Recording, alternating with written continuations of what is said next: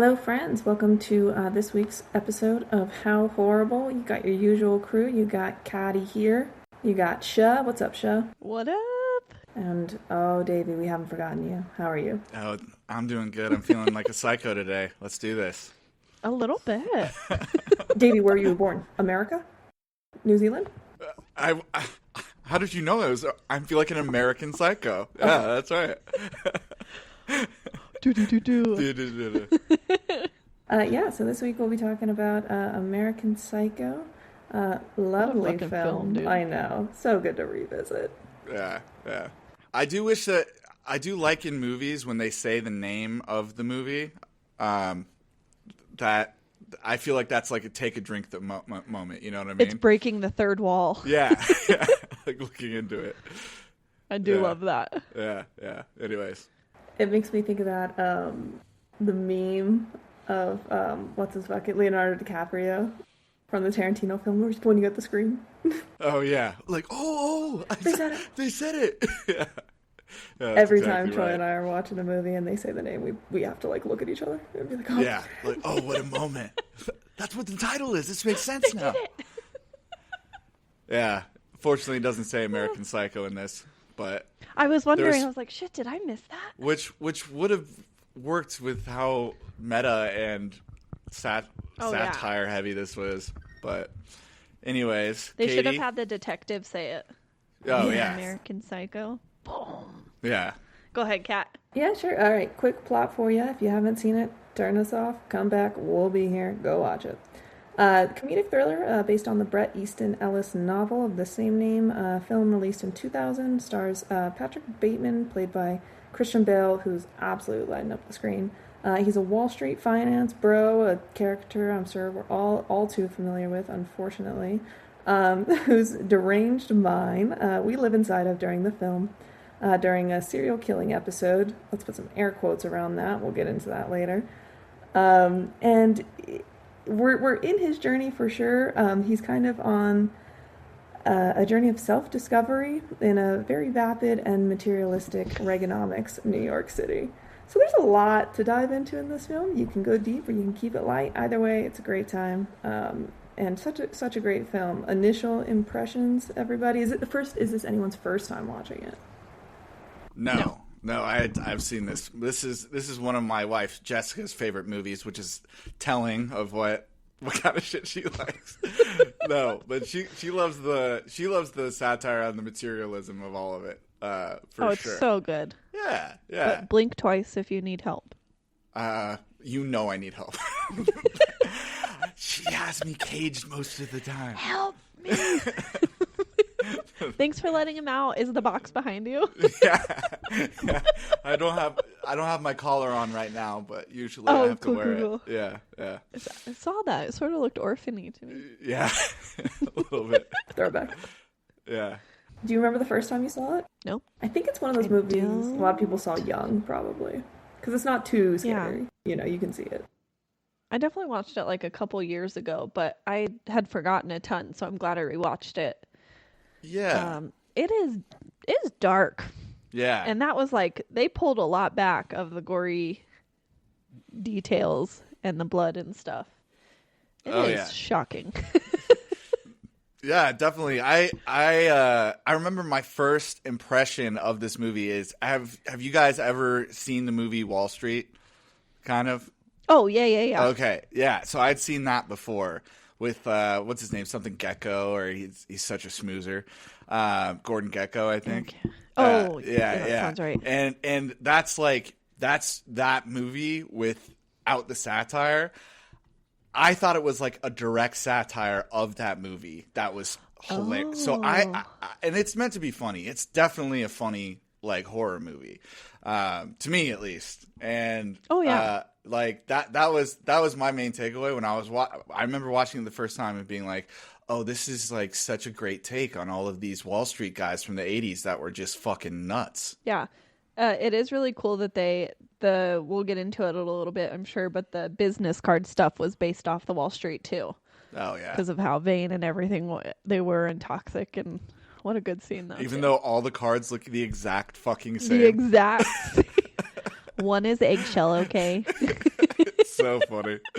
Such a brilliant scene. Yeah. Oh, yeah. so good. Earlier this week, I was actually having business cards printed, my day job. And nice. I was like, do I want to be a psycho about this or what? Yes. Get all I think you need to redo them. I think I need to redo all of that. Yeah, debate.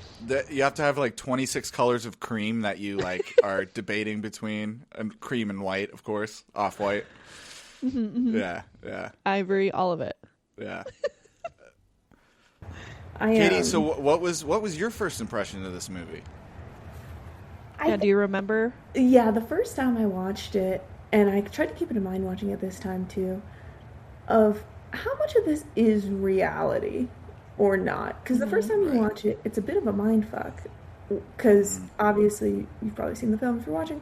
You get to the end, and it seems as though it's all been in his head the whole time, which is just shocking. And so when you rewatch it, you're trying to figure out what is actually happening and what is in his head.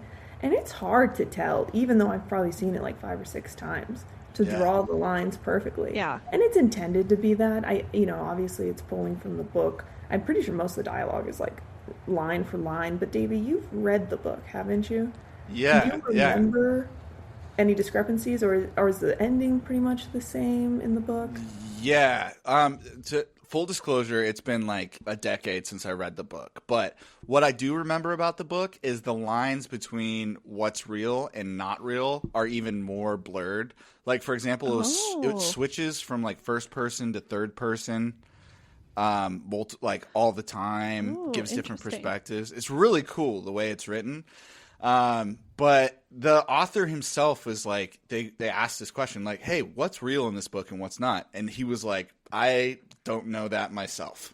Like, I actually, when I was writing this, wanted that line blurred and not to be clear. And I think that they nailed it in the movie, because you walk away at the end, you're like, I'm pretty sure he killed the homeless guy, but like, did he chop up all those ladies in the, like, at that apartment? I'm not sure. So clearly not, but his neighbors must hate him. Right. He's so loud. Chill out. Turn the Huey Lewis off. It's 3 in the damn morning. I just love that it's like 80s pop music, which I love. It's great. It's great shit. Yeah. But, like, it's such a good to be like, you want to talk about like what I would call, some people might hate me, but it's pretty shallow music, just like 80s pop, and like he's like going into depth about it, like all the lyrics and shit like that, and I was like, no hate at Phil Collins or anything, but no hate to Phil Collins. Phil Collins he gets a pass here. He gets a pass here. Yeah, but yeah, no, the music is, and so much of it, the music, the outfits, the business cards, they're all just these symbols of this world that they live in that appears, very cool, very hip, very glossy on the outside, but inside is just this like hollow, if not rotten veneer of nothing, which is exactly what Patrick Bateman is and how he describes himself, in the monologues of lines we hear in the film of like, you can shake my hand and feel my flesh touch yours, but on the inside there's absolutely nothing there. Nothing. And the way that he, not just him, it's everyone.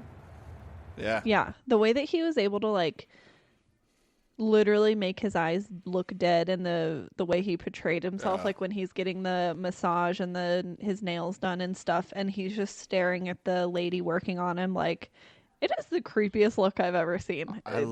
Everything is dead. It's so impressive. I love really good breakout roles for like amazing actors, and this was his breakout. And it's like, could you imagine casting this guy and just filming it and being like, this guy is fucking amazing. Like, it's Christian fucking Bale, but like he's so good. You nailed it. Like his eyes throughout it. That's hard. Like those little details and stuff like that. Ash. There were 2 really cool facts that. There were 2 really cool facts. So him like doing that face, he said he actually based it off of Tom Cruise on the Letterman, because he had an intense friendliness with nothing behind his eyes. So that's literally what he did to portray his like empty charm. And then the other cool fact about it being his breakout role, he was originally cast, and then he was fired, and they hired Leonardo DiCaprio because he had just finished Titanic, and he was huge. Right. And then I don't know if he backed out. He dropped out. They got Bateman back. Bateman got fired again, and then the studio again called him and rehired him, and that's like how he got the role. Yeah. So it was like so much back and forth, and thank God they did. So interesting thing about that the film getting made is awesome. I love it. Like what you're talking about. And at one point, I'm not sure exactly when, but David Cronenberg was attached to it. With I think it was Brad Pitt or that they were so they were getting like big names and stuff like that. But Cronenberg wrote tried to write the script. He tried to hire a writer to write the script like 3 times, and he didn't like it, and neither did the writer, the guy who wrote the book. So interesting. Yeah. So they went through some big names before it kind of came back around to. That's wild. Yeah, that's crazy. Yeah. They really let him on for a while. I'm glad that a girl directed it because it adds to the satire. I think. Do you know what I mean? Yeah, and I didn't mention that at the top. This is the first film we'll be covering, directed by a woman, Mary Herron. Shout out to her, who actually got her start somewhat in cinema by being in Kubrick's first movie, Fear and Loathing.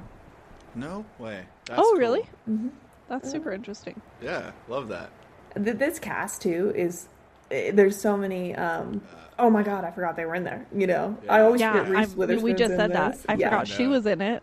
It's huge. She's so pretty when she's Even Jared Leto's crazy. Oh my God, she's a cutie. She still looks great. I think that's why Jess likes this movie so much. She just likes movies when everyone is good looking. No. I love that. I know people who do that about movies too. They're like, the sets are good, the clothes are good, you know, the people are hot. I'm watching it. That's 100%. Like she loved True Blood. I love True Blood too. I think it's fun, but I like the vampires and shit. And but like everyone in True Blood is like drop dead gorgeous. You know what I'm saying? That's like me and Vampire Diaries. Everyone's hot. She likes that. It's the best that show too. Love that show. Yeah. You just watch hot people talk about fucking sucking the blood out of people all day. Like, I'll watch it all day. Yeah. I actually don't know if Christian Bale, if William Dafoe, if Jared Leto, or Justin Theroux look better in anything else, in any other movie, than they do in this movie. Like physically look good. Physically, like Willem Dafoe. Dafoe we'll get there. Good. Yeah. Defoe looks, which is weird for him, right? Like I think of him in like Boondock Saints or fucking Antichrist or something. You know? Look at some old photos of William Dafoe. It'll surprise you. Really? It'll surprise you. Actually, I'm looking at it right now. I think he's kind of handsome old too. He's got something going. Him in I just had it. I kind of liked him as the bad guy in Spider-Man too. Oh yeah, Green Goblin. There was just something about that role that I was like, yep. When I was rewatching it this time, I just kept thinking about Batman, and now that you've mentioned that, also we've got the Green Goblin and Batman going at it, and the Joker. Oh shit, you're right. Yeah, dude, what the hell? That's crazy. That's actually crazy. Yeah. There's a lot of comic book people in this movie. Yeah, that's hilarious. Good job, guys. Yeah. I did read also that on set, like the other actors were kind of scared of Christian Bale because he was so deadpan and dead-faced. Well, isn't he known for getting like so into a character? Like that one role he lost like over 100-something pounds for, and then another role he gained 150 pounds. Like crazy the way he puts his body through these things. Yeah. The Machinist is shocking. The Machinist is. I know. And how like emaciated. What's the word? Yeah, I think I got emaciated. It. Mm-hmm. Thank you. There it is. Emaciated. Like don't ask me. how his body, it looks like almost like a Holocaust victim or something. You know what I mean? It's crazy. It's wild. And like I've read a little. I don't remember the facts and stuff, but just reading about like the diets he had to go on to get his like physique to look both those ways, like just crazy. Oh yeah. It's pretty. He's got a rockin' bod in this one too. Yes, he does. It's like wood. Okay, wood. Do you guys think about when you're watching this movie how like no one's actually like engaging in the things that they're engaged in? Like no work is done in any of these meetings. No one's eating the food at the restaurant. That's how I assume Wall Street is run, though. Yeah. Yeah. No, I don't think they actually, except like the receptionists and the lower like executive assistants are the only ones actually getting shit done and making all these Wall Street men money. Yeah, 100%. I could totally see it being like that. But I do find it hilarious that no work gets done throughout the entire movie. None. Like he's reading magazines, no food they drink. watching TV. Like, yeah, dude, it's such a good. It's so funny. I love it. I kind of have wished. Oh, go ahead. No, I love the part too where he gives like the speech at dinner, and he's like, "We need world peace and to stop the Cold War," and like it's the most generic. Like I could not write. I could not write a more generic, like surface level statement if I tried. You know what I mean? And everybody's like, "Oh, profound." Whatever. Brilliant. That never crossed our mind. Yeah, so funny. It's effective. That line actually... I was going to say a little... Actually, go. I'll save it for later. Go ahead, Kat. I was going to say, I did want to talk about that line, because that line always trips me up a little bit in the movie, because like the rest of it I'm getting. I'm like, it's all just a veneer. But what is the point of that? Because his colleagues aren't necessarily in agreement. Like, I mean, I don't really think that they give a shit, but like his whole thing is he wants to fit in so desperately with all these people. And that almost puts him a bit on the outside, but is it maybe just a way to elevate himself above them? Because that's also the goal. Well, to be in the group, but to be the best. One thing that's interesting about that part that got pointed out through the book, actually, a little bit more obviously, but it's like everything that he lists off, they intentionally show a scene where it's like, oh, he's breaking this code. Like, he doesn't believe in any of the shit that he says. You get what I mean? Like, so each thing that he lists off is... So I wonder if that was my take on it, is like, oh, we're going to show, like, this surface level values and then just show that he's doesn't have any values at all. Perfect example. He's like, save the homeless and then kills... he says like 10 or 20 homeless people. Yeah. Shell, what were you going to say? Should we go down the victim list of like, we'll start with the ones that we actually believe happened and then kind of cipher into the who knows? Okay. Yeah, there's ones we see and there's definitely ones that are, I guess, off screen happening in his own delusion. Sure. I actually don't, I didn't write it down chronologically. I have it. Don't worry. Oh, you go, girl. All right, hit us. Yeah. So Paul Allen is the first one, Jared Leto. Right. And actually, I didn't realize that one was like a fan theory, too, because there were sightings in London that Paul was there. So that one is kind of like a did he, didn't he? You're not sure. Yeah. Yeah. I would like to believe he did because it sets the whole tone for the movie and that's when he really spirals. So for me, I like to believe that he did. What do you guys feel? I feel like I want to believe that he didn't on that one.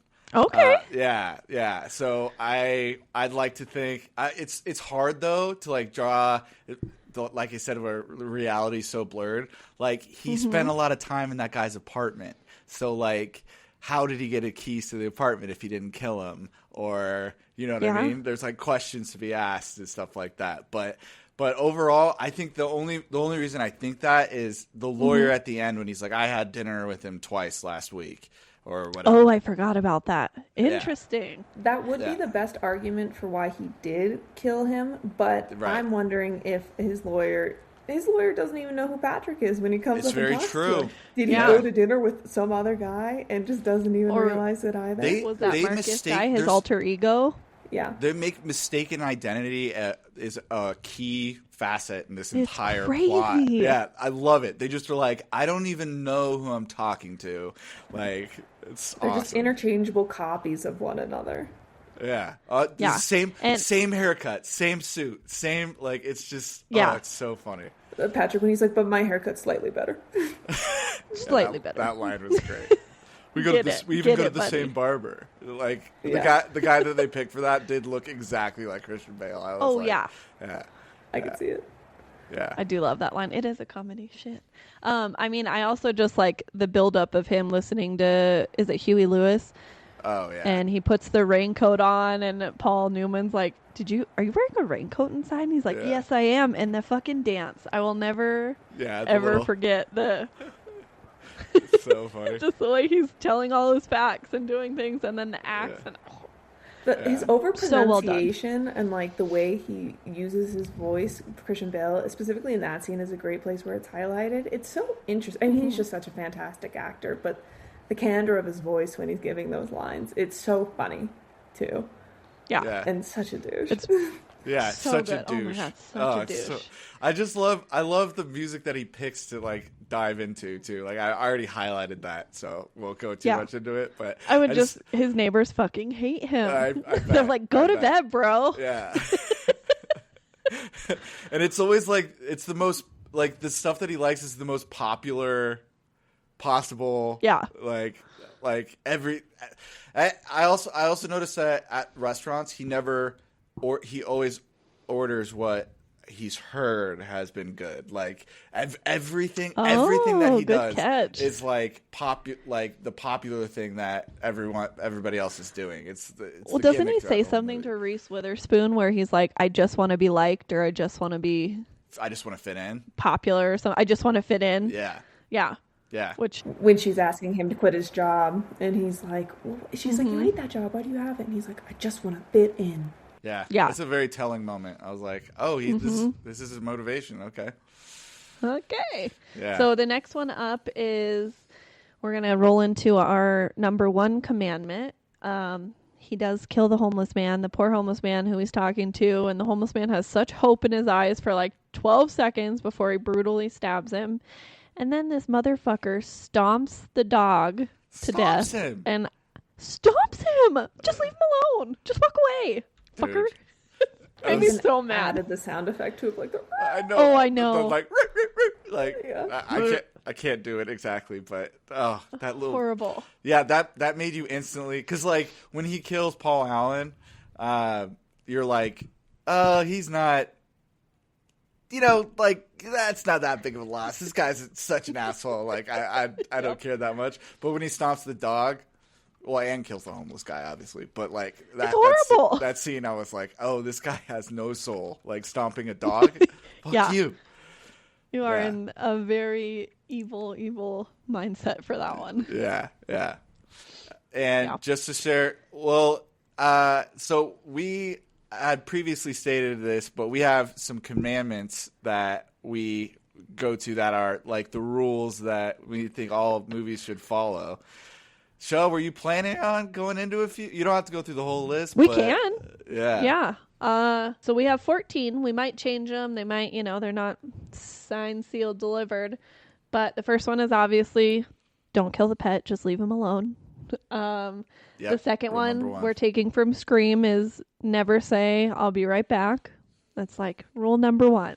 Yeah. Not commandment, rule. Good life advice, that one too. These are also good life advice. Number 3 is just in general. Number 3 is if you're in an unfamiliar town and an old person warns you about the town, don't go down that road.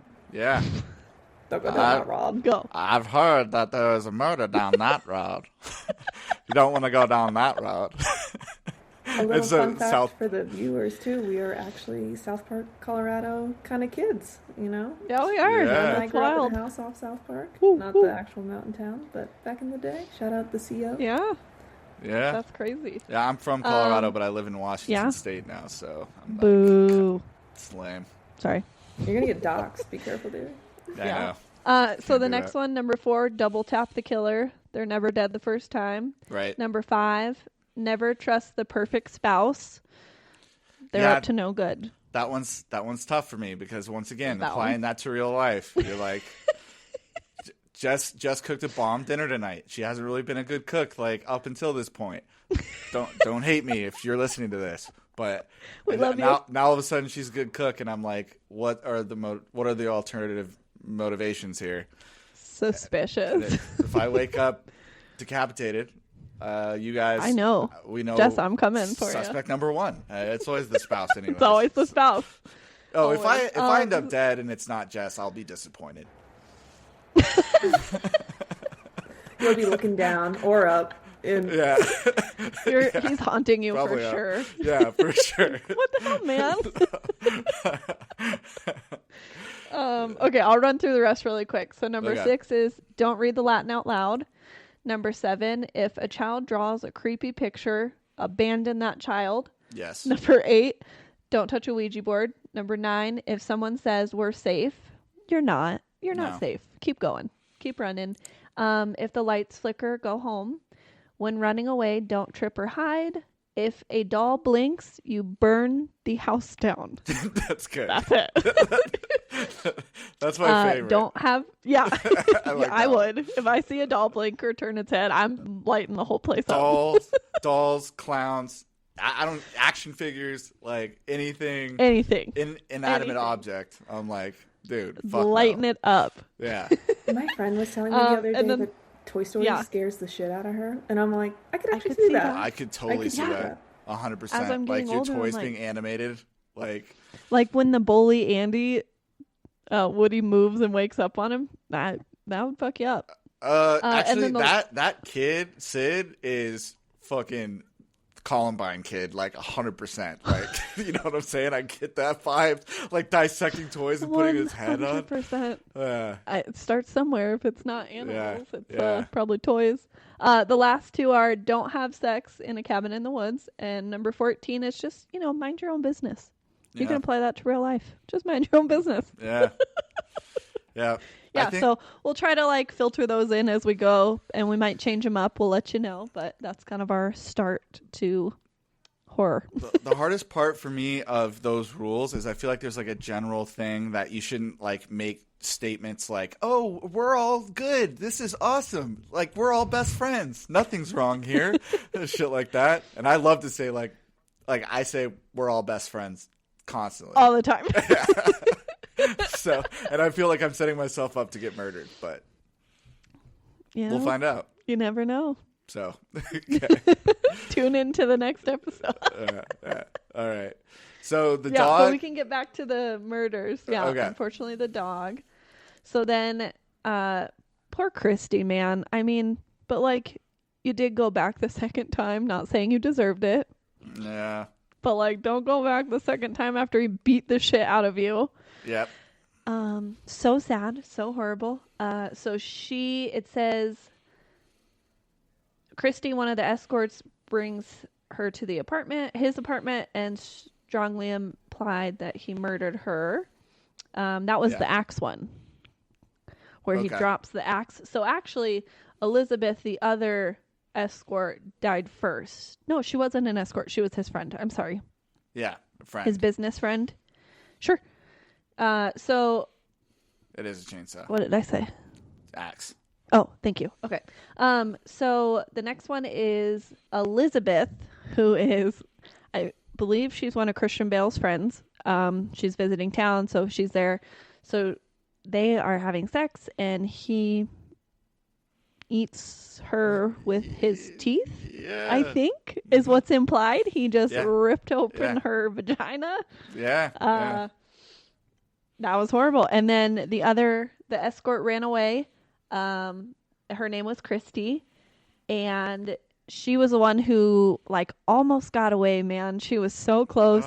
And then he perfectly angled that chainsaw and dropped it and just smacked down. And apparently the director was really big about that scene because he wanted to make it realistic. So they were testing the chainsaw and the timing and everything to make sure it was that could be done. That's cool. I love that. Crazy. Yeah. It makes me think of the school book depository and the JFK assassination when they're could he actually do it? And they're running FBI guys around the building trying to figure it out. IRL, that happened to IRL people. IRL. Yeah. Then it moves on to Alan's models / possible victims is all it said, because it said several women were implied to have been tortured and murdered off screen, so we don't really have the count for that. But you do see the head in the fridge of that one girl. Yes, you do. Yeah. Yes, you do. The next one, so I think this is kind of getting into more of the like possibilities. Don't know. One of them is the real estate agent. What do you guys think? Do you think he left her to live, or did he kill her? The one who was selling Paul's apartment. Right. I think first of all, she's like a David Lynch character thrown in the middle of this movie. That woman has some true aura about her, which I really appreciate, and really calls him on his shit. I like that call. I like don't that fuck call with out. her, man. Yeah. I believe in her. I think she was like, get out of here, you scum. I don't think he could have killed her if he tried. I got that vibe. I got that vibe. I got that vibe too. That like it was like nice to have somebody finally like check this guy a little bit. I was like, yeah. So I thought she lived. That didn't cross my mind actually, because in that scene he seemed like freaked out by his own psychosis a little bit. Mm-hmm. Not saying I would put it past him. Doesn't seem like yeah. I think she survived. So the next one is Detective Kimball. So this one is one of the ones that they're not sure if that's William Dafoe, right? Detective Kimball. Do people think that? Yes, that is one of the possibilities. Yes, he does kind of not show up. When on this rewatch, I was like, oh, that character just kind of drops off. I kind of didn't think about it either. Don't remember what happens in the book with him. Fortunately, yeah, that's interesting. I think his last scene is the lunch. Yeah. Yeah. Oh, I think you're right. Could have. The last one is the ATM, the cat. That one apparently is widely viewed as a hallucination. That he didn't actually do that or shoot the old lady. Okay. Which leads to the cop who knows shootout too, where he seems to get a few. Yeah. Yeah, he kind of goes on a spree, berserker mode, if you will. The door guy. Or the desk guy. That's a big possibility of who knows what happened. I do have to say, Paul, after he kills Paul and chops him up, and him just dragging the leaking bag through the lobby, and there's just a streak of blood, and the doorman is following the commandments and minding his own business. Yeah, that's right, doorman. I don't get paid enough for this. Yeah, and guess who lived? The fucking doorman. The fucking doorman. No, and my favorite part of that scene is he's dragging this bloody body into a car, and then his friend walks by, and it's like, oh my God, where did you get that bag? That's doesn't even notice. Where'd you get that overnight bag? Yeah, where'd you get that overnight bag? The toxic delusion of those characters is just phenomenal. So funny. So good. Yeah, like how surface level, like that's the only thing you see in that situation is so funny to me. So that's a perfect little nutshell of the whole film. Yeah. Yeah. Yeah. That's a good one. Yeah, that is a good one. The whole scene where so he's on the spree now. This what got interesting to me when he shoots the security guard, runs out the building, and then it seemed to me that he runs back into the same building and the same guy's still alive, right? Or is he in another building? Like that part, I wasn't sure. I think it's intentionally. It probably is set wise the exact same building, but I think the actor is changed out. But I think that's another just riff on. It's all the exact same, just copy of a copy. That's what I took it as, like kind of like, oh, you don't know if he actually killed this person or if he's going back through the building, seeing a different guy. I guess I was confused intentionally in that case. Indeed. Yeah. He gotcha, the director. Yeah. It's a she. She got you. Yeah. Oh, she. Oh, God. Yeah. Somebody smack me. Yeah. Shout out to Mary's. Shout out to Mary's. And that leads to his confession to his lawyer, which is crazy. Yeah, dude. I mean, that's who he calls when he makes the voicemail, and then he actually sees his lawyer and is like, no, it was real.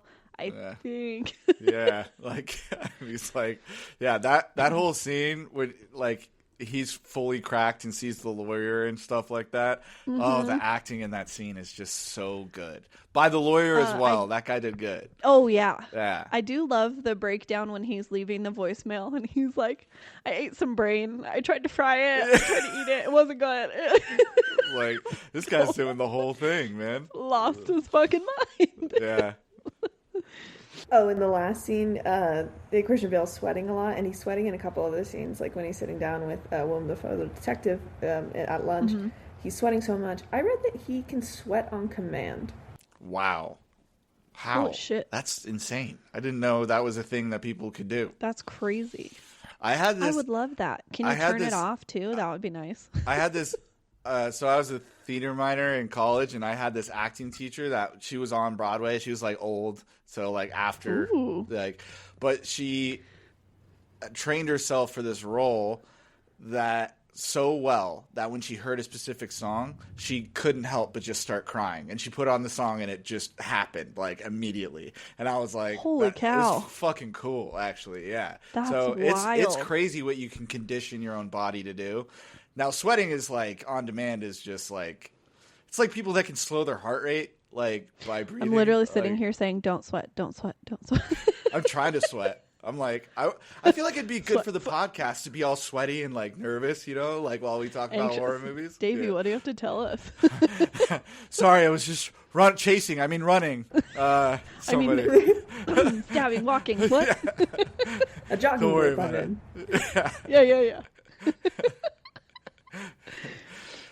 Well, that's our last kill. Gotta say, I was happy when he spared the cat. I got a little nervy. Yeah, dude. Kind of shows that the cats are. I'm a cat dad. And his psychosis just in full gear when the ATM reads out to him like, "Feed me the cat," or something like that. Oh yeah, buddy. Yeah. It's like, oh man, you are cracking up, man.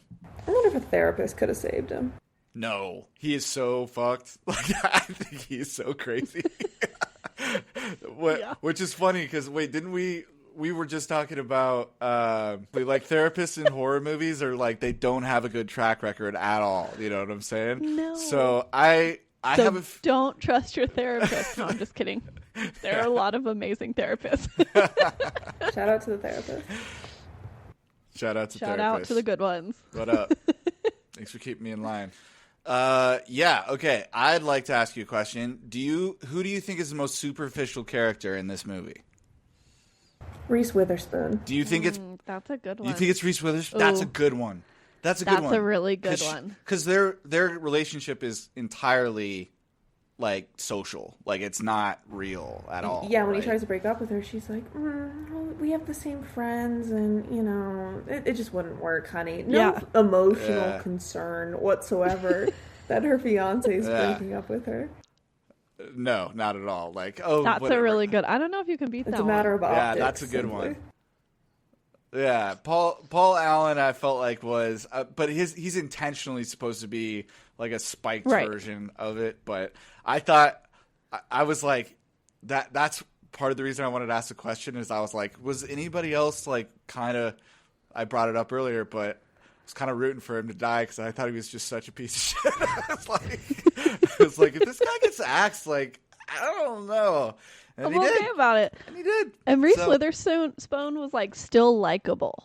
Like I liked her character. Yeah. I loved that she was so like. She's a likable lady. Oh, an asshole and didn't give a fuck, and she is boss lady. You know what's a great part of the movie is when Paul Allen, he's confused on who Christian Bale is, but he knows who Reese Witherspoon is, and he's like, "Oh, that girl, great ass." Yeah. And it's like he's talking to her. It's so funny. I love that part. I was like, kind of the flip side to that question. I feel like the only person in the movie who's like maybe an actual person is the friend of Evelyn, Courtney, who Patrick is having the affair with. Because there's one scene where he has sex with her and he's like standing and ready in the mirror and she's like, will you call, before Easter or whatever? And she just seems to actually be having conscious thoughts about what things mean and her relationships and place in the world. I think she hates her life so much and that's why she does so much drugs and drinks and was like fucking miserable. That's interesting too because like it's since she's the only one thinking normally, they like drug her. Like she sees herself as like needing to be drugged like she's got psychosis or something, you know what I mean? Just because she's function like in that realm. That's a good pickup, Katie. I like that. Yeah, I like that one. I thought she was an interesting character, like for sure. Even though she was kind of out of it. I just felt sad for her. Yeah. I just wanted to like give her a hug.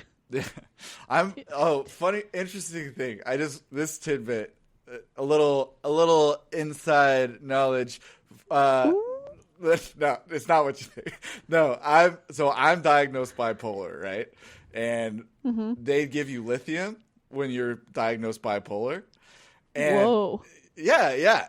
No, it's not. It's not. I guess I don't know a lot about it, to be honest. Yeah, you don't pop like in the movie. It's so funny to me that he's like, "Oh, you didn't take your lithium," and I'm like, "That's not how it works, man. You take it over like weeks and weeks. It's like an antidepressant kind of. You know what I'm saying?" He treats it like a Tylenol. Oh, okay, yeah.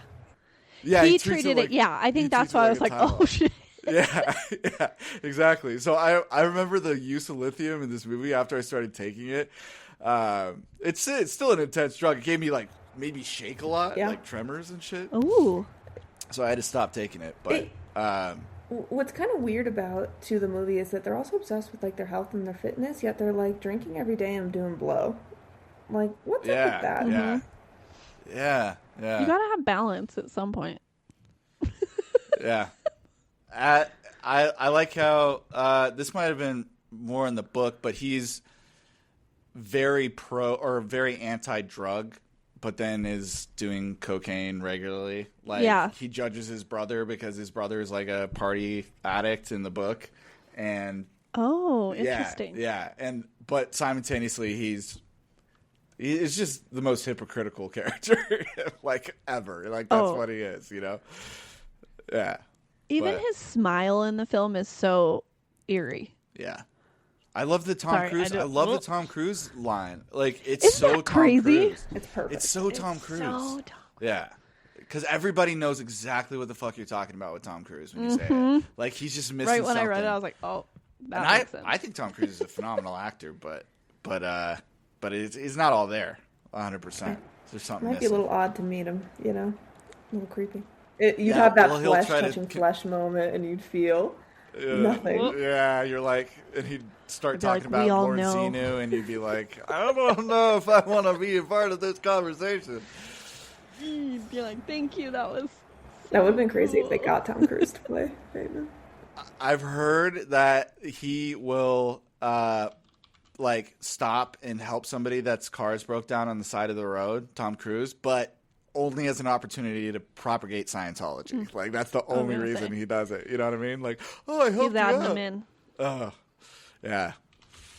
I used to hate that in college when like some guy would like help you out like in class and like, you know, "Oh yeah, I missed last class. Like, can I borrow your notes?" "Yeah, man, totally. Yeah, why don't you come over to my place?" "Okay." And then you go over to his place and he starts talking about like, "So, do you believe that Christ is the Lord and Savior?" I don't think this is a typical college experience.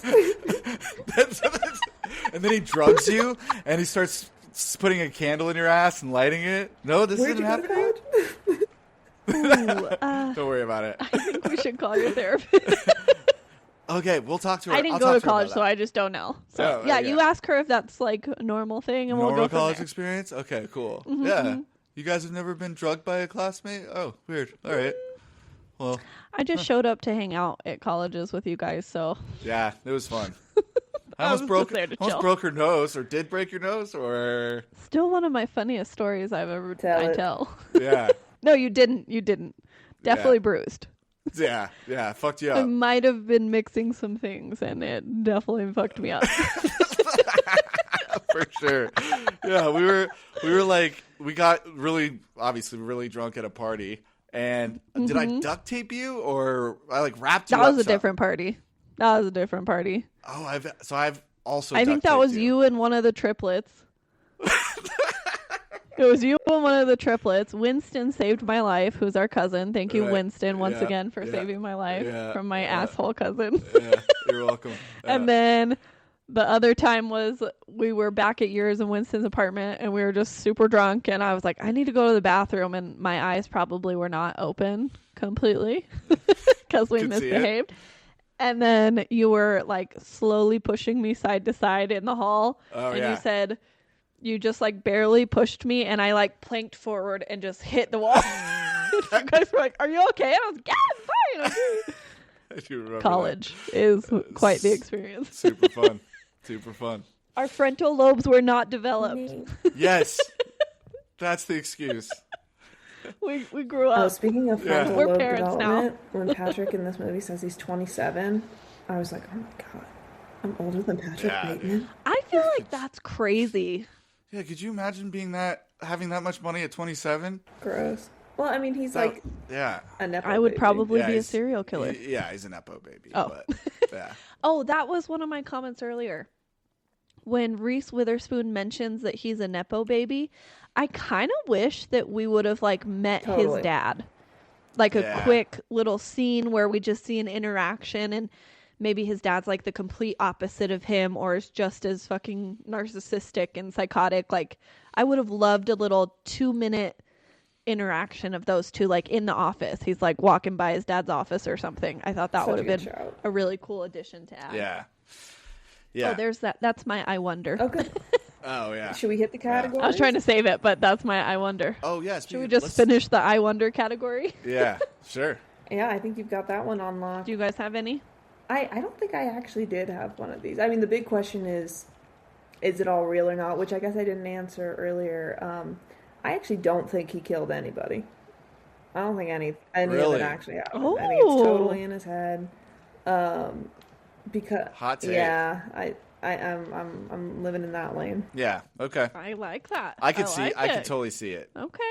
Just there's too many logistics. There's just too many logistics that just don't work out. Oh. Yeah. Yeah. A big I wonder for me was what happened to William Dafoe and his character in that. Yeah. I felt like he was about to get caught. I like that he doesn't suffer any consequences in the movie. I feel like it makes it more fun. Like at the end, you're waiting for it, and just nothing happens. And I think it does go to show probably that Katie's theory is potentially right. But it's so fun. That. I like to think it's a mixed bag. That's my take. If he killed anybody, he killed the homeless people, I think. Because then he could totally get away with that. No one would really give a shit in this world. Yeah. Yeah, I think that's true. If he, that's a good point. I do think that the drawings that Chloe Sevigny finds, which shout out to Chloe Sevigny, who we have not mentioned yet, but never misses that girl. Never misses. Although I did see a horrible movie with her and Kristen Stewart that was made for like $20. Oh, no. It's who's the we can cut this maybe, but who's the family where they think Lizzie Borden? There's a Lizzie Borden movie starring the two of them. If you need a hot garbage horror movie to watch, fuck yeah, check it dude. out. Is it a recent one? Because they just added a. It's not that old. Maybe sometime in the 2010s. Okay, nice. That's fun. Should we add it to the list? It's almost actually not fun bad enough to actually be fun. It's not the one with Christina Ricci. It could have Christina Ricci in it. At the time, I wouldn't have known who she was. I love Christina Ricci. I think she is Lizzie Borden. Okay.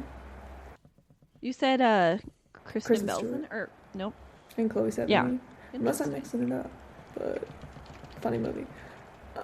Here we go. I found it. 2018. Okay. Lizzie. Oh, and it's the girl who she's in American Psycho. She's the receptionist. Yeah, that's who I'm talking about. Oh, no shit. Yeah, that's what I'm talking about.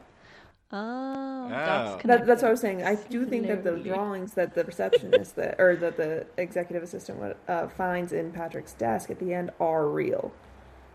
Yeah, that makes sense. Oh yeah, I think the drawings are definitely and real. that's Chloe Sevigny. But you think he? Oh, okay. Yeah. Did you guys notice there was one close up of a bottle of medication at one point, and then at another point in the movie, when he's having his breakdown, he takes a bunch of pills and throws them. Did you guys catch that? I didn't. I always remember the time. I'm always like, what pills are you taking 7 of that he just got? But I've never seen the other. So maybe he had stopped taking them, and that's why he had a psychotic break. Maybe you're right. Nothing ever happened. That was what I was thinking. Interesting. Ooh, that's a good I wonder. So much fun to play with reality, though. You know, I just want some murders, like in reality. It's like let's. I know. I think I like to believe the Paul one's It's real. the murder of individualism. And probably the homeless people. Yeah, murder of individualism. That's right. Yes. We do. Okay. Shall we roll into sticky scenes? Yeah. Sticky scene. Davey, what's yours? My sticky scene. I gotta go with And the reason this is a sticky scene is because it's the worst. No, it's not. It's because every time I see something similar to this, I think of this scene. The morning routine where he I was going to say that. Oh, you were? Yeah, I was waiting to talk about this for this exact scene. Go. Yeah. So first of all, how many fucking influencer videos are there that could be exactly like get ready, or like a buff dude that's like, this is how real men get ready in the morning. 4:30. This is my workout. 4:30. Wake up. 300 crunches. Protein shake. I think that there's actual influencers who did his regimen. I think there was like videos of other influencers who did that, like to see what it was actually Apart like. From the physical scrub exfoliant, I don't have the mental capacity or patience. Wait, what'd you say? I didn't hear you. Sorry, Kat. I was gonna say it's a good skincare routine, except for the physical scrub exfoliant. We should be using chemical exfoliants, people. Just a heads up. Oh, everybody, follow. I'm not an esthetician or a doctor. Don't listen to that. But. Yeah. But you've done your research. I would. Yes, chronic acne will make you do that. I'll reach out to my best friend Lacey. She's an esthetician. I'll fact check you. Okay. Yeah, that's good. Yeah, come back. Come back with that. Lacey, if you're listening, fact check us.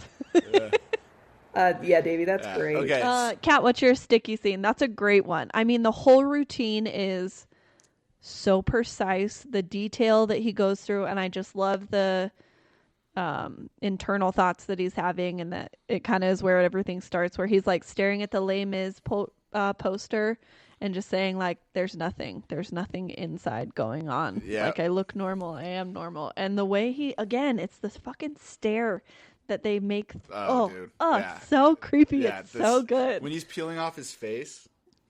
Yes. Yeah, and that's right when he's narrating too, that like, I feel nothing, there's nothing there. Nothing. I think that's a fucking brilliant. Such an effective visual for him peeling his face off while he's peeling. He's a lizard. He's peeling. And I also love when a sticky scene's actually sticky with his face. Oh yeah, yeah. You got it there. Sticky, and it's not cum related. Last note. I do. Sorry. Probably the only time in the scene. Oh. What were we gonna say? His body did look pretty good, so I don't know. Oh, I just love the line where he's again talking about his like intense workouts, and he's like, I'm up to 1,000 crunches. Yeah, I'm up to 1,000. Okay, cool. Fuck I don't know. I love the way he says it. I'm like, what a douche. Yeah, dude. Like anytime I see a fucking like video of people getting ready and like cuts in the morning and shit like that, that line in particular, I do push-ups in the morning. I'm up to 1,000. Like, it's like such the tone of fucking douchey influencer. Let's make an anonymous account and we'll just comment on the influencers things and just send like American Psycho gifts and be like, this is what you remind me of. Yeah. Are you okay? Well, yeah. I think that's absolutely perfect too. Just like thinking, like watching it this time, I was like, Patrick Bateman feels like someone who could be around today. Like, I feel like this kind of culture's like rebounded really hardcore in our society. Where totally agree. Patrick Bateman would love looks maxing. He'd fucking love it. Yeah, he would. Oh, yeah. Yeah. Absolutely. He would have thrived, honestly. Oh, yeah. Like, can you imagine more than he already has being able to measure like how much he fits in by like number of likes on posts, or how like you know what I'm saying? Like, oh, that would be perfect for him. We're all psychos. Or influencers, we're on to you. Yeah, we're ready. We're watching you closely. Fucking eyes. Yeah. Open. Kat, what's your sticky scene? This is on my short list, but if I have to do another one, I'm going to do, because it is such an iconic Tumblr post that I see like every day on Tumblr, is the screen cap of him at the telephone booth, and he's like, why do you sound so sad, to Chloe 70 on the phone. People use it on Tumblr as like a emo gif, like without like any recompense for that the scene in the film. So I always think of that too. I also think there's the scene where William Dafoe like says something to him and he's like, oh, and he like, you know what I'm saying, like that gif, like, oh, nice. Like that's another gif. There's a lot of gifs from this movie. Actually, there's a lot. But that's me for sticky scene. Good one. I like that. I mean, I don't. the axe scene is obviously a huge one. Yeah, but it's I a think chainsaw. for me it's it's God, I keep saying axe. Thank you. You're welcome. Chainsaw. Quite the difference. You see his bum cheeks, pretty cute, looking good. Yeah.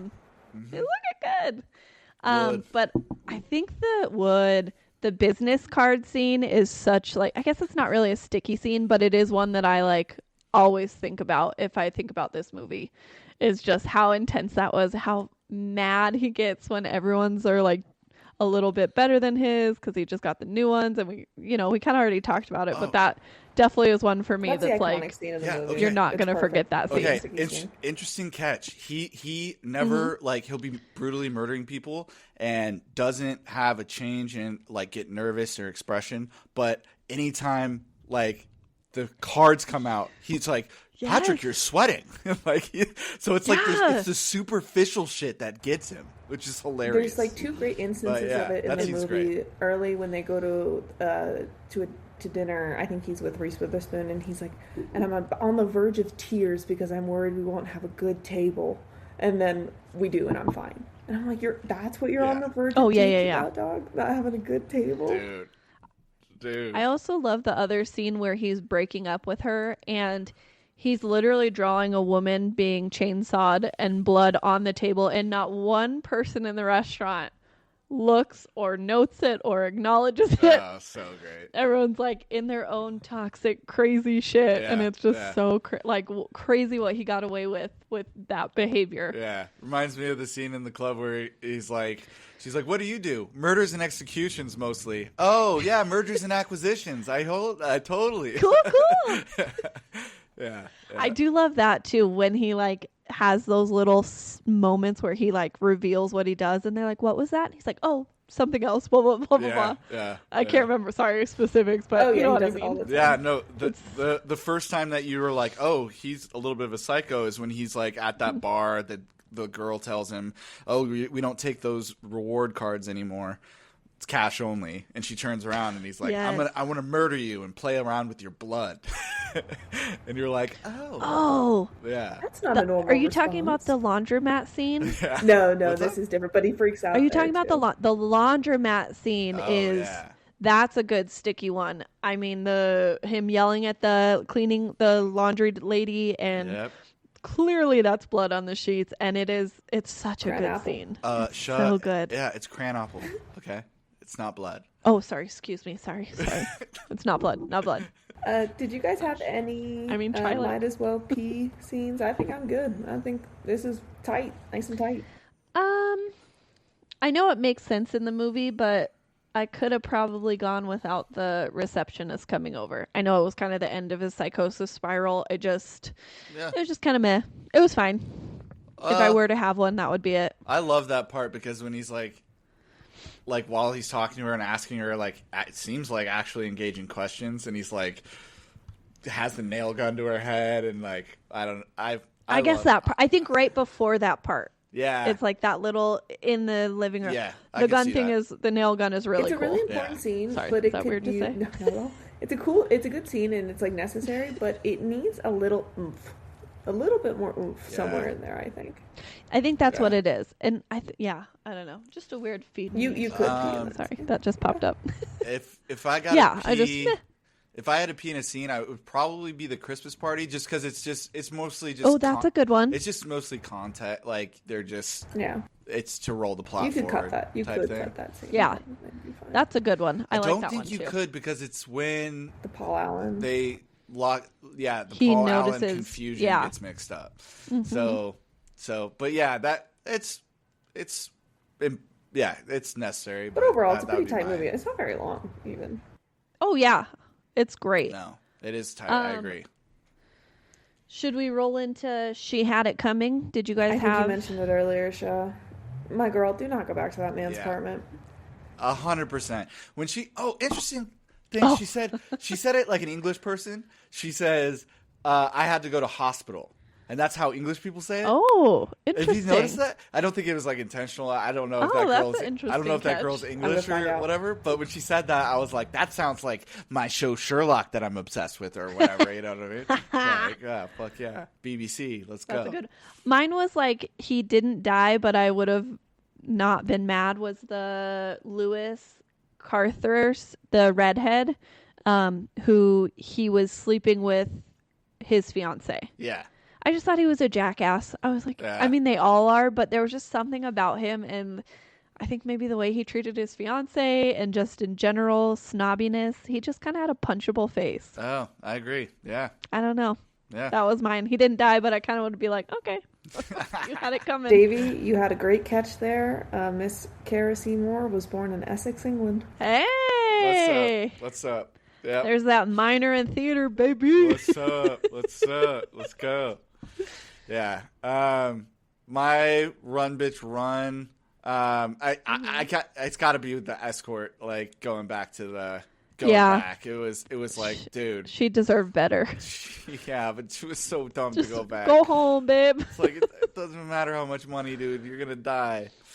Yeah. You had to go to hospital. It's gonna be worse. Yeah. You had to go to hospital. Mine was just the dog. Yeah. Sorry, and the homeless man. Honestly.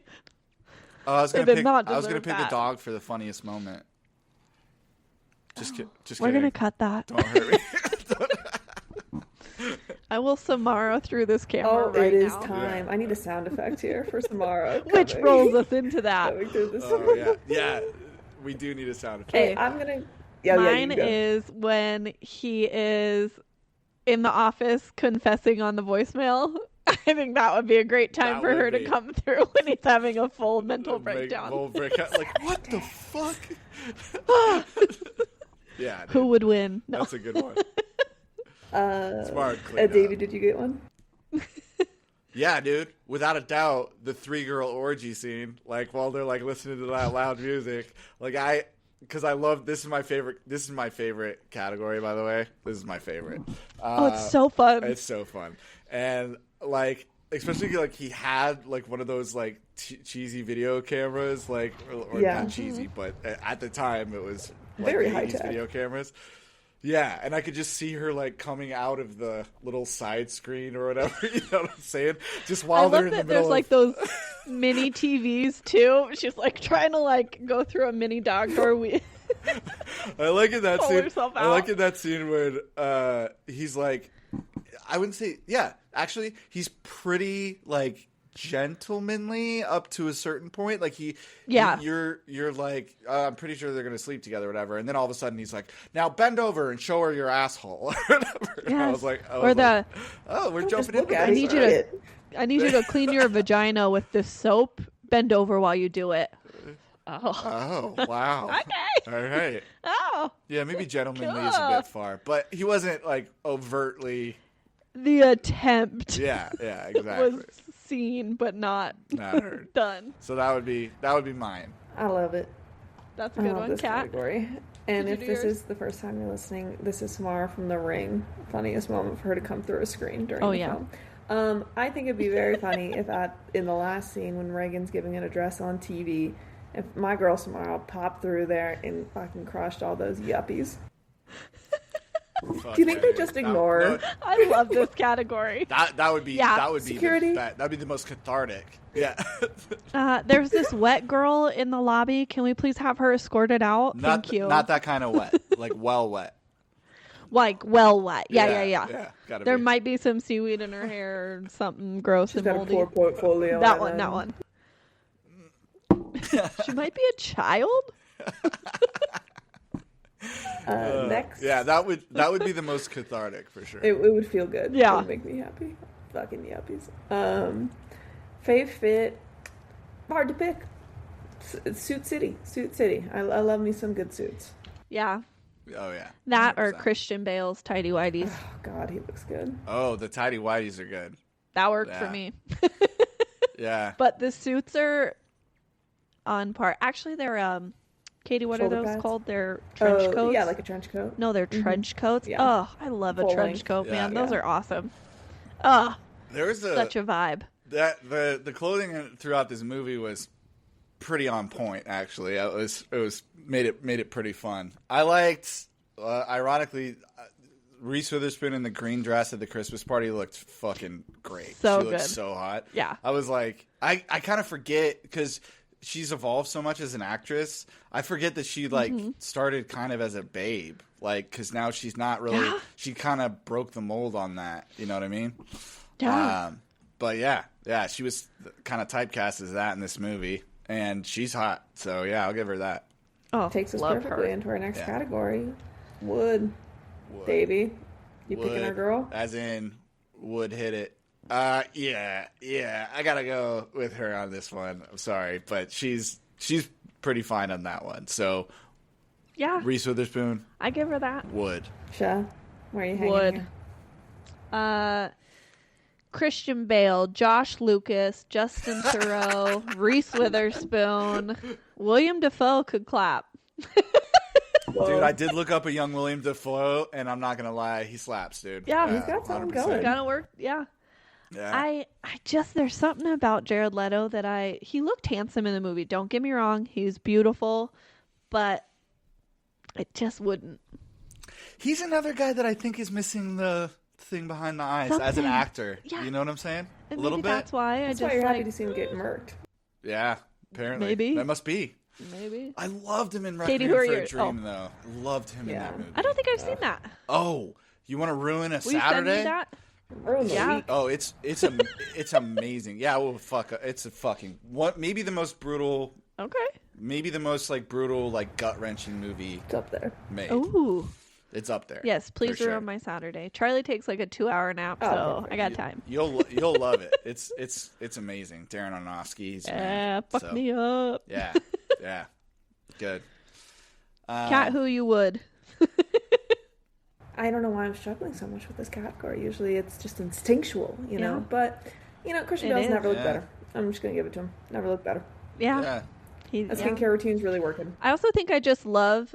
Oh, I just connected those dots. Josh Lucas and Reese Witherspoon are in Sweet Home Alabama together, and maybe that's just why I love him so much. Hey. I just think he's such a cutie He's such a patootie, cutie patootie. yeah.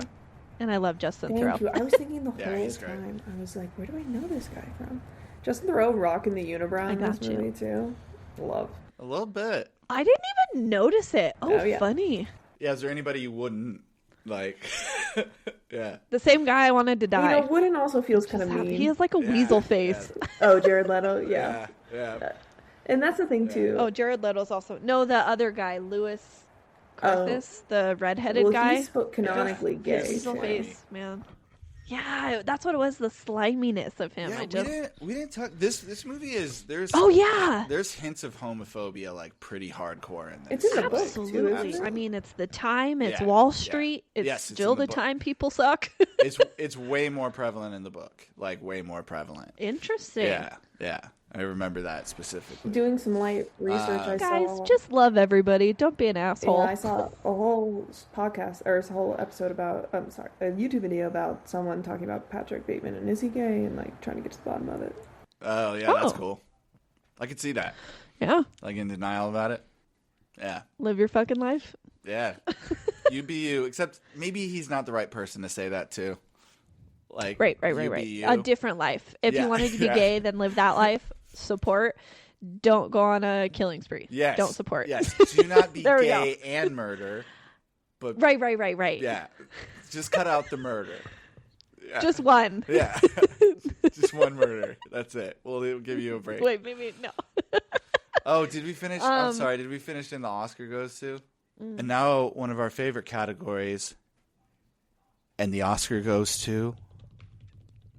And this is where we pick the category that we think would be, if anything in the movie is deserving of an Oscar, what would it be? So.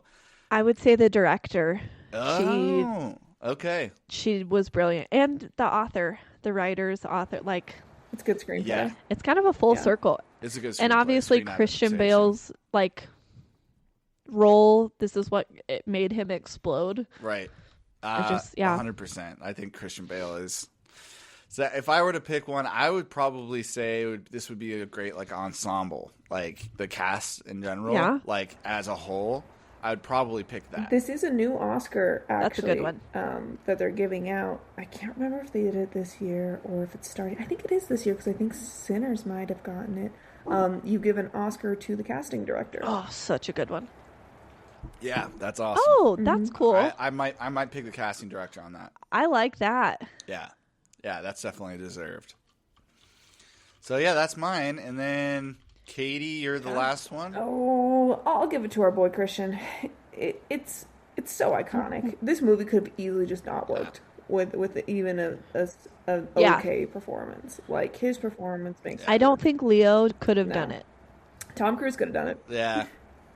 Tom Cruise might have been a little too convincing. Is. You know what I'm saying? It would be. He is currently probably. Yeah, 100%.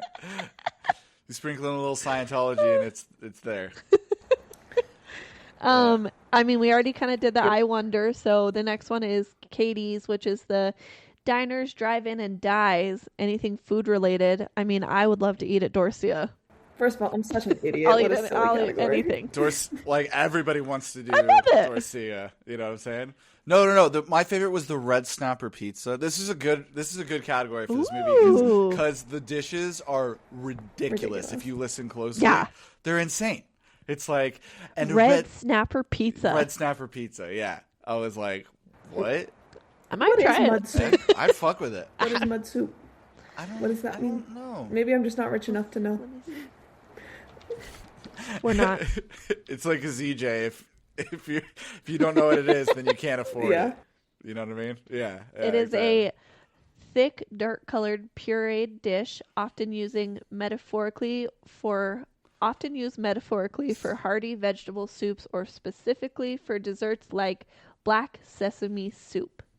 Huh. I still don't really know what that means, but no, it's like one of those culinary things where I'm like, oh, that's great. That's a great description, and I didn't learn anything from that. That's fantastic.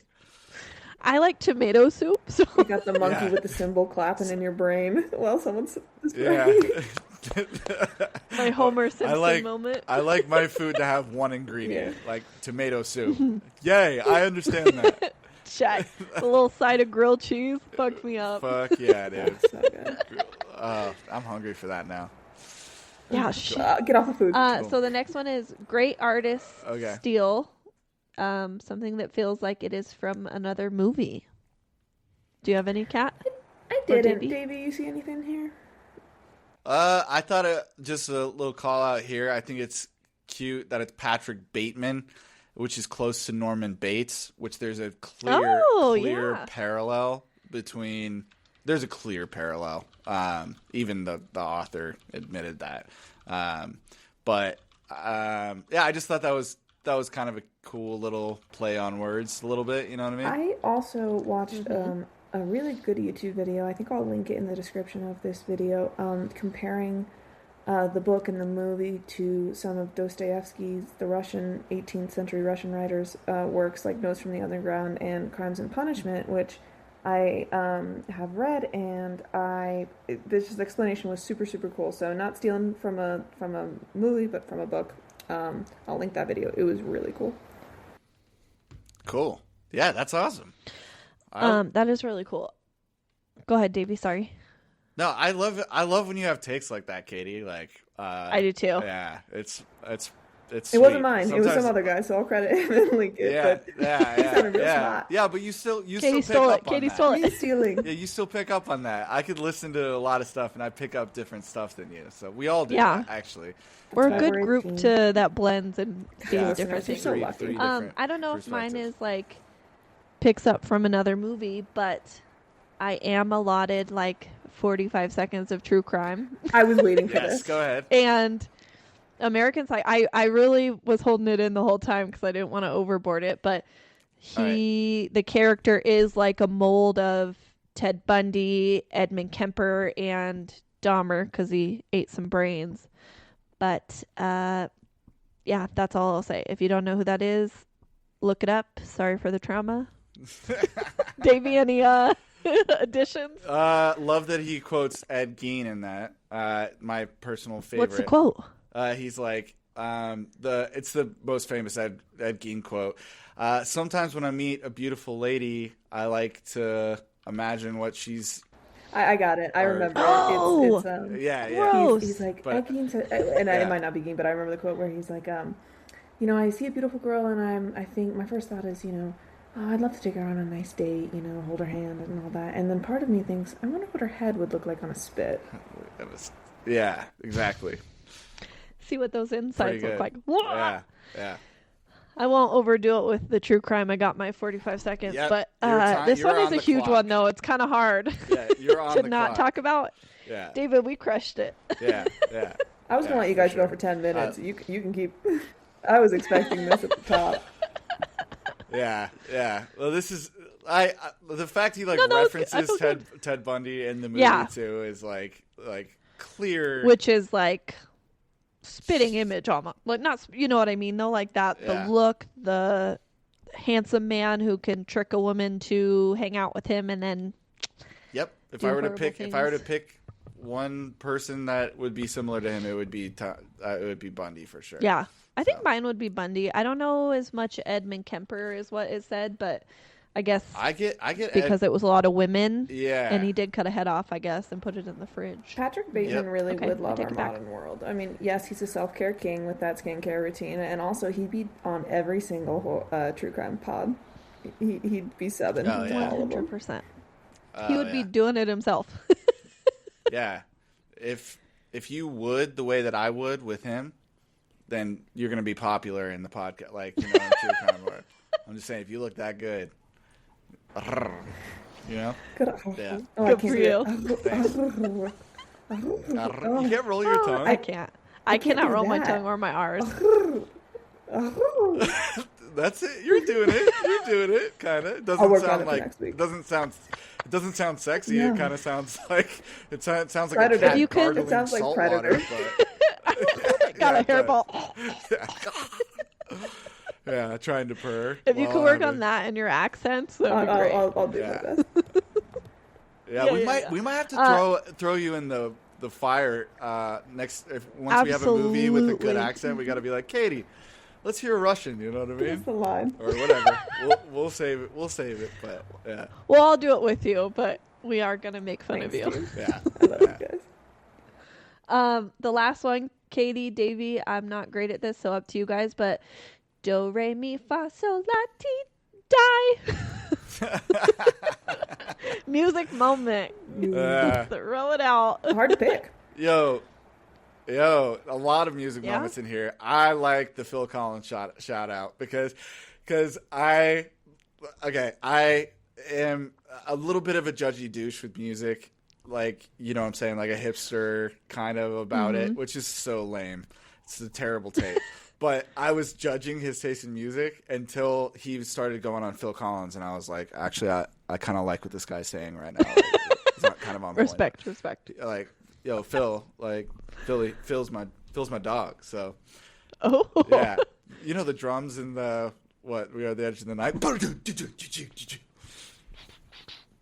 I mean, you two are my music gurus. You're who I go to, or my husband. So I trust your guys' choices. I'm blindly following.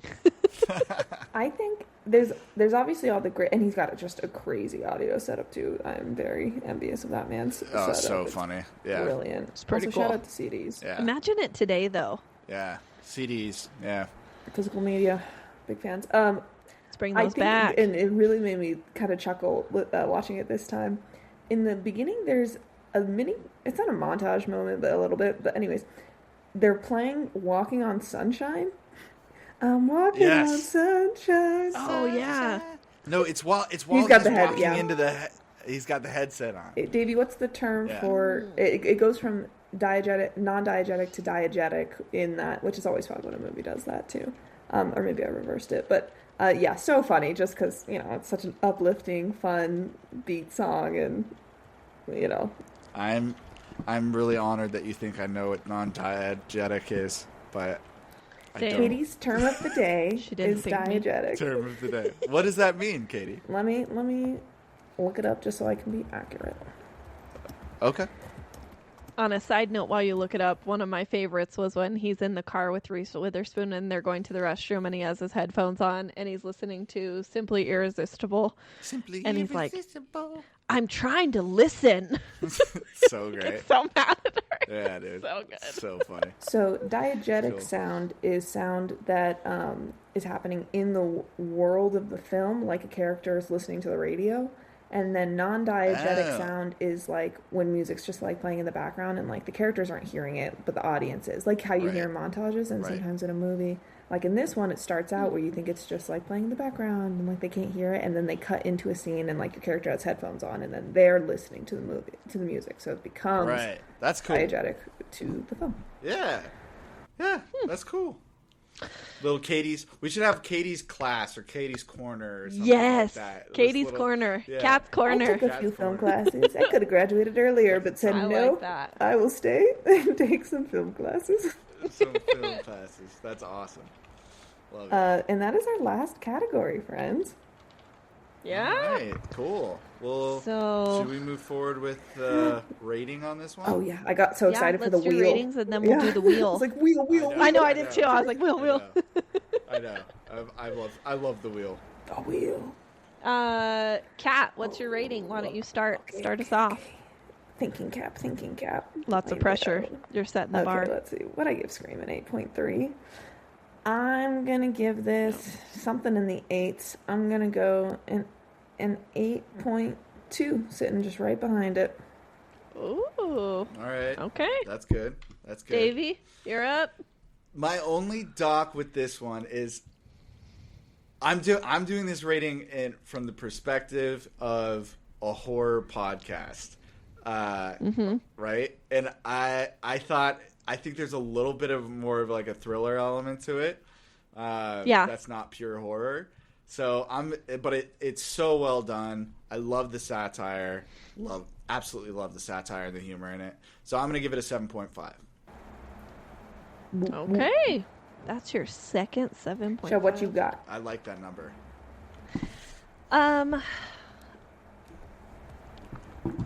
That's hard. Man, I gave Evil Dead such a bad rating.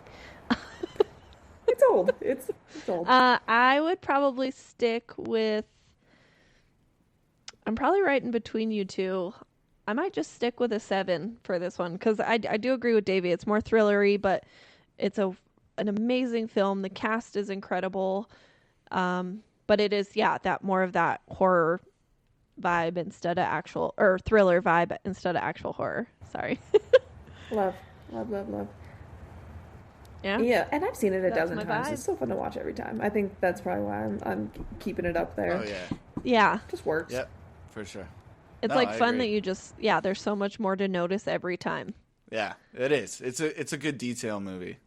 All right. So just so if everybody doesn't know, Ashley did a great job. We have an ongoing list of all the movies that we want to watch, which is extensive. And there's a wheel that we spin that picks a random movie.